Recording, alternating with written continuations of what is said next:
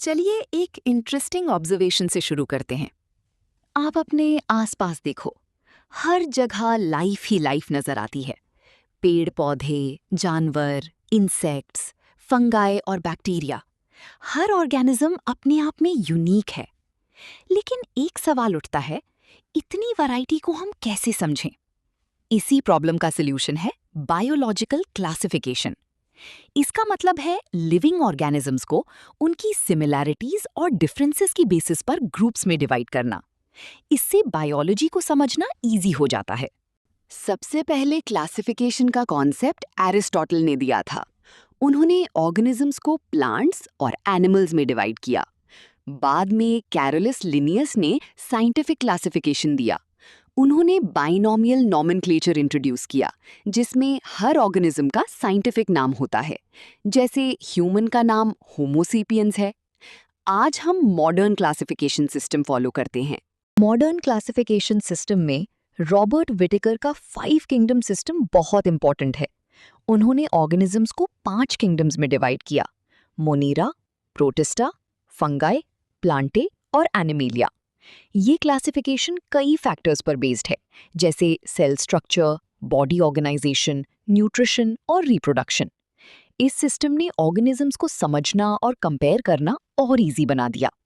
अब हम एक एक किंगडम को डिटेल में समझेंगे। चलिए, सबसे पहले किंगडम मोनेरा को डिटेल में समझते हैं। मोनेरा सबसे सिंपल और प्रिमिटिव ऑर्गेनिजम्स का ग्रुप है। इसमें बैक्टीरिया और साइनोबैक्टीरिया आते हैं। इनकी सबसे खास बात है कि ये प्रोकैरियोटिक होते हैं, मतलब इनमें ट्रू न्यूक्लियस नहीं होता। इनका डीएनए साइटोप्लाज्म में फ्रीली प्रेजेंट होता है। ये ऑर्गेनिजम्स सिंगल सेल्ड होते हैं और माइक्रोस्कोप के बिना दिखाई नहीं देते। इनका रिप्रोडक्शन मेनली बाइनरी फिशन से होता है, जो एक सिंपल एसेक्सुअल प्रोसेस है। न्यूट्रिशन के बेसिस पर ये ऑटोट्रॉफिक भी हो सकते हैं, जैसे साइनोबैक्टीरिया, और हेट्रोट्रॉफिक भी, जैसे बैक्टीरिया। मोनेरा के ऑर्गेनिजम्स एक्सट्रीम कंडीशंस में भी सर्वाइव कर सकते हैं, जैसे हॉट स्प्रिंग्स या सॉल्टी वाटर। कुछ बैक्टीरिया ह्यूमन के लिए यूजफुल होते हैं, जबकि कुछ डिजीजेस कॉज करते हैं। किंगडम प्रोटिस्टा की।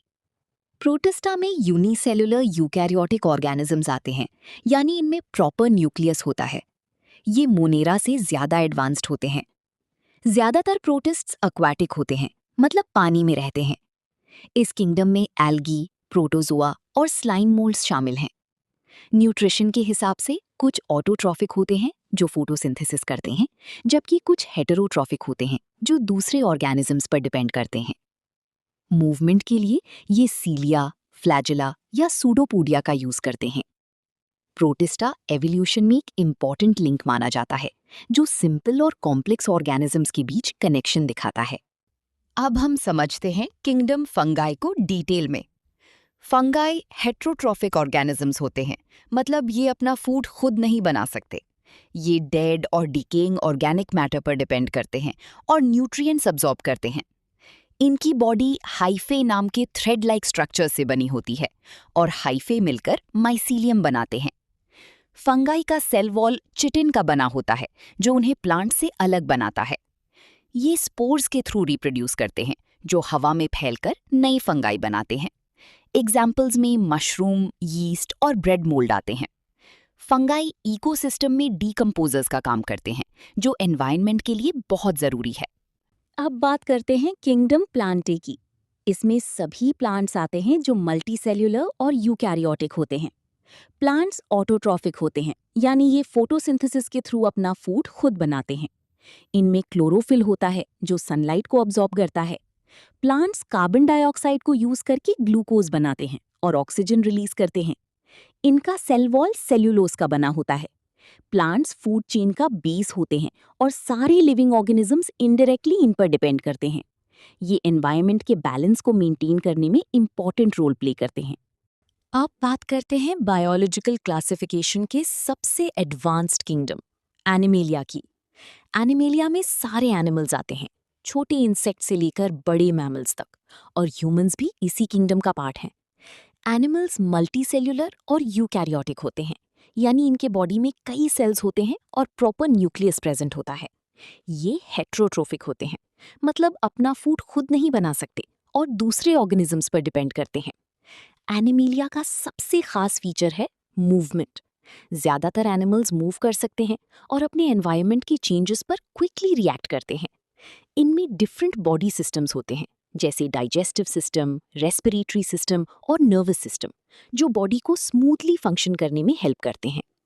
एनिमीलिया को दो मेन ग्रुप्स में डिवाइड किया जाता है, इनवर्टेब्रेट्स जिनमें बैकबोन नहीं होती और वर्टेब्रेट्स जिनमें बैकबोन होती है।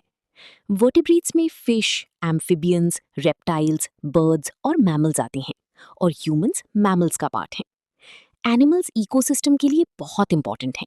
ये फूड चेन को बैलेंस करते हैं और एनवायरनमेंट को स्टेबल रखते हैं। तो ओवरऑल एनिमीलिया सबसे कॉम्प्लेक्स और एडवांस्ड किंगडम है, और सबसे इंटरेस्टिंग बात, हम खुद भी इसी किंगडम का पार्ट हैं। अब आते हैं एक बहुत ही इंटरेस्टिंग और कंफ्यूजिंग टॉपिक पर, वायरसेस। बायोलॉजिकल क्लासिफिकेशन में हमने मोनेरा, प्रोटिस्टा, फंगाई, प्लांटे और एनिमेलिया के बारे में पढ़ा। लेकिन एक सवाल आता है, वायरस इनमें से किसी किंगडम में क्यों नहीं आते? इसका जवाब समझना बहुत इंपॉर्टेंट है। वायरस एक ऐसे पार्टिकल्स होते हैं जो लिविंग और नॉन लिविंग के बीच का लिंक होते हैं। जब वायरस किसी लिविंग सेल के बाहर होते हैं तो ये बिल्कुल इनएक्टिव होते हैं, जैसे कोई नॉन लिविंग ऑब्जेक्ट। लेकिन जैसे ही ये किसी होस्ट सेल के अंदर एंटर करते हैं, ये एक्टिव हो जाते हैं और रिप्रोड्यूस करने लगते हैं। इसी वजह से साइंटिस्ट्स को डिसाइड करना मुश्किल हो गया कि वायरस को लिविंग कहें या नॉन लिविंग। स्ट्रक्चर की बात करें तो वायरस बहुत सिंपल होते हैं। इनके पास सेल स्ट्रक्चर नहीं होता, ना न्यूक्लियस ना साइटोप्लाज्म।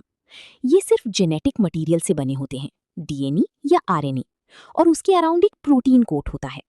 वायरस खुद से रिप्रोड्यूस नहीं कर सकते, ये होस्ट सेल की मशीनरी का यूज करते हैं।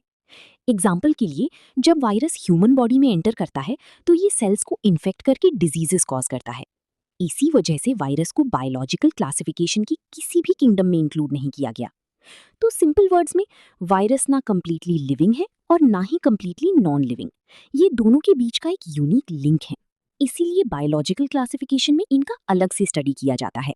बायोलॉजिकल क्लासिफिकेशन में 5 किंगडम्स होते हैं, मोनेरा, प्रोटिस्टा, फंगाई, प्लांटे और एनिमेलिया। इन्हें समझने का बेस्ट तरीका है इनका कंपैरिजन करना।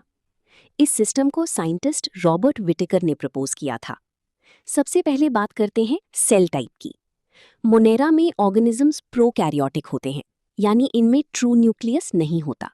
बाकी सब किंगडम्स, प्रोटिस्टा, फंगाई, प्लांटे और एनिमेलिया, यूकैरियोटिक होते हैं, जिसमें प्रॉपर न्यूक्लियस प्रेजेंट होता है। अब बात करते हैं बॉडी स्ट्रक्चर की। मोनेरा और प्रोटिस्टा मोस्टली यूनिसेल्यूलर होते हैं। फंगाई यूनिसेल्यूलर या मल्टीसेल्यूलर दोनों हो सकते हैं। प्लांटे और एनिमेलिया हमेशा मल्टीसेल्यूलर होते हैं। अब आता है मोड ऑफ न्यूट्रिशन।